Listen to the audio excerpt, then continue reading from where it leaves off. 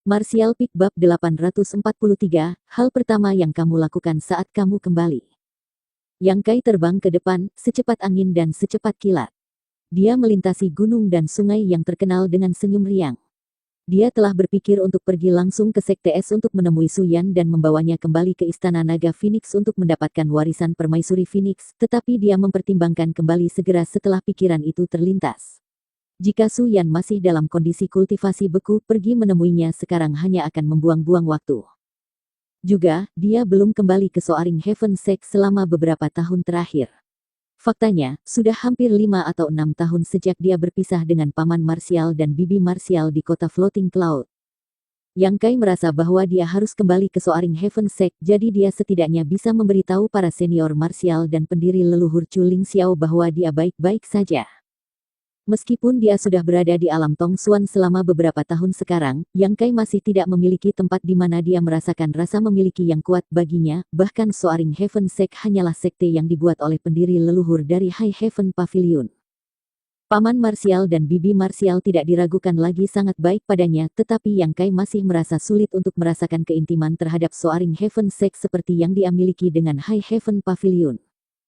Mengenai dunia ini, dia hanyalah seorang pengunjung. Ibu kota pusat dan High Heaven Pavilion adalah akarnya. Ketika pikiran seperti itu melintas di benaknya, Yang Kai tidak bisa menahan untuk bertanya-tanya bagaimana keadaan semua teman dan keluarganya di sana. Banyak dari wajah mereka berkedip di depan matanya saat dia melanjutkan perjalanannya. Ketika dia meninggalkan ibu kota pusat, Yang Kai telah memberitahu semua orang bahwa ketika waktunya tepat, dia akan kembali dan membawa mereka ke dunia baru ini. Memikirkannya lagi sekarang, kata-katanya agak tidak bertanggung jawab. Saat ini, dia bahkan tidak tahu bagaimana caranya kembali ke dunia itu. Meskipun dia sekarang bisa merobek ruang, yang paling mampu dicapai oleh Yang Kai adalah bergerak beberapa ratus kilometer sebagai batasannya, dan setelah menampilkan metode ini 2 atau 3 kali, energi spiritualnya akan benar-benar habis. Metode ini hanya bisa digunakan dalam situasi yang paling mendesak atau ketika ada bahaya yang tidak bisa dia hindari. Setelah memikirkan masalah ini untuk beberapa waktu, mata Yang Kai tiba-tiba berbinar, mengingat bahwa Chu Ling Xiao dan Sui Ling dari kuil roh air sama-sama menemukan jalan ke sisi itu.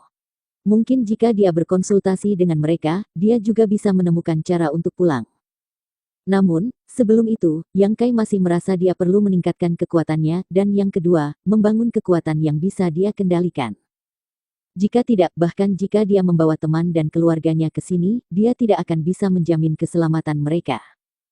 Klan Iblis Kuno adalah pilihan yang bagus. Nine Heaven Holy Land juga merupakan pilihan yang baik, adapun Istana Naga Phoenix, Yang Kai tidak mempertimbangkan mereka untuk saat ini. Dia harus bertemu dengan Su Yan lagi sebelum mengambil keputusan apapun tentang mereka. Yang terpenting adalah menemukan wilayah yang dapat menampung begitu banyak orang. Waktu tanpa sadar berlalu dan Yang Kai melintasi beberapa puluh ribu kilometer.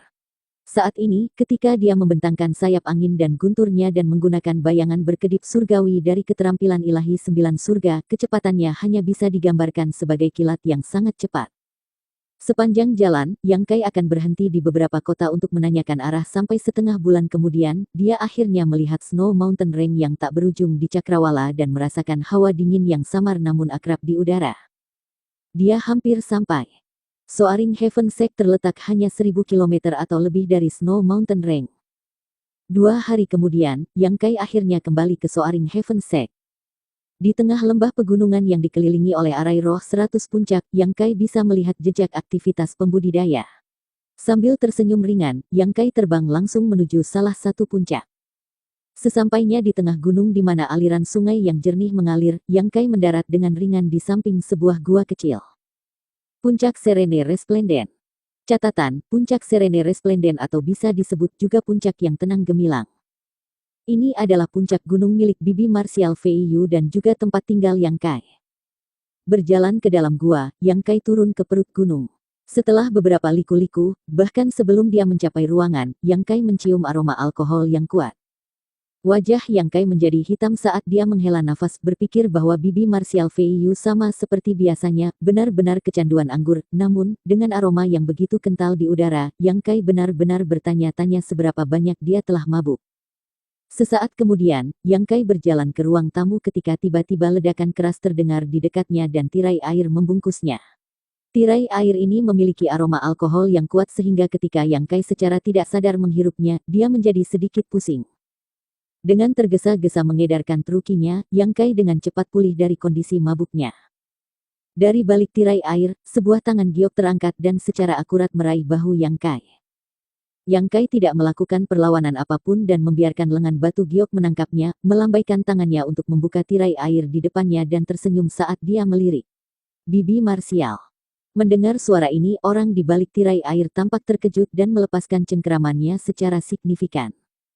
Empat mata tiba-tiba bertemu.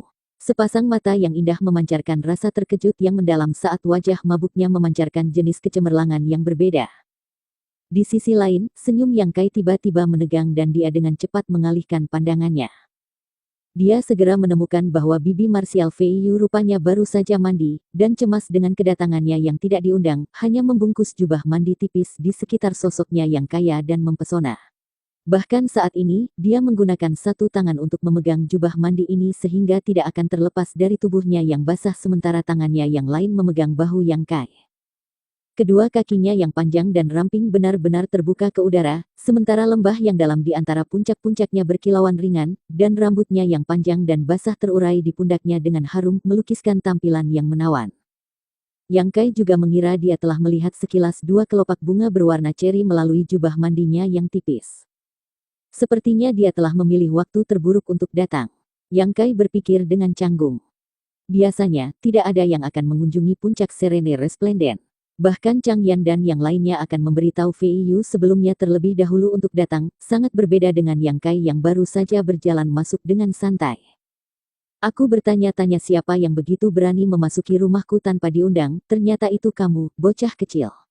Feiyu menyeringai penuh arti, tidak hanya tidak melepaskan Yang Kai tapi malah menyeretnya ke arahnya dan menempatkannya di headlock. Catatan, headlock di sini dalam bahasa Jepang sering juga disebut kata mewaza, atau dalam kebiasaan Indonesia disebut gerakan bergulat, atau gerakan bela diri, di mana seseorang dipeluk dengan kuat dari arah belakang punggungnya, berkata dengan nada menggoda keponakan Martial kecil, setelah tidak datang selama bertahun-tahun ini adalah hal pertama yang kamu lakukan saat kamu kembali. Tidakkah kamu pikir kamu bertindak sedikit tidak pantas? Merasakan elastisitas luar biasa di punggungnya bersama dengan sepasang benjolan yang sedikit lebih menonjol di tulang belikatnya, Yang Kai buru-buru menepuk lengan Feiyu dan merintih, Bibi Martial, bisakah kamu melepaskanku dulu? Bibi Martial tidak keberatan, jadi apa yang kamu khawatirkan? Apakah kamu takut Bibi Martial akan memakanmu?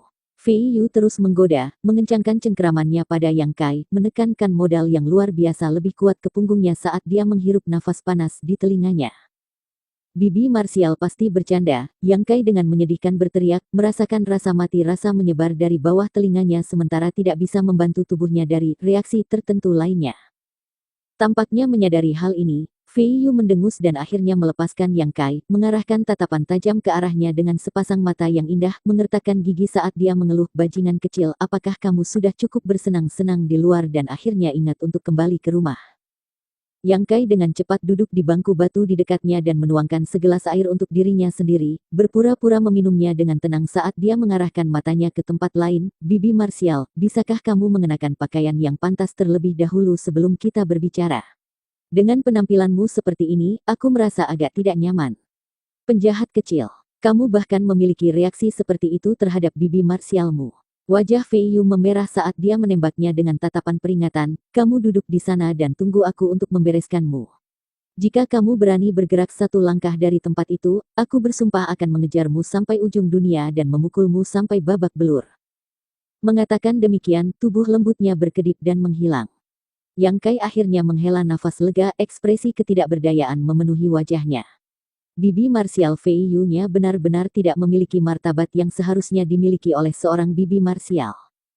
Setelah menunggu sebentar, Feiyu berjalan keluar lagi, kali ini dengan pakaian lengkap dan rapi, cahaya cemerlang berkedip di pupil matanya yang indah saat dia tersenyum lebar dan duduk di hadapan Yang Kai, menatapnya dengan penuh perhatian. Hehe, Bibi Martial, setelah tidak melihatmu selama beberapa tahun, sepertinya kamu menjadi lebih cantik. Beberapa saat yang lalu aku tidak memiliki kesempatan untuk melihat lebih dekat tetapi sekarang setelah aku melakukannya, jelas bahwa kamu terlihat lebih muda dan lebih bersinar dari sebelumnya, seperti wanita muda di masa jayanya.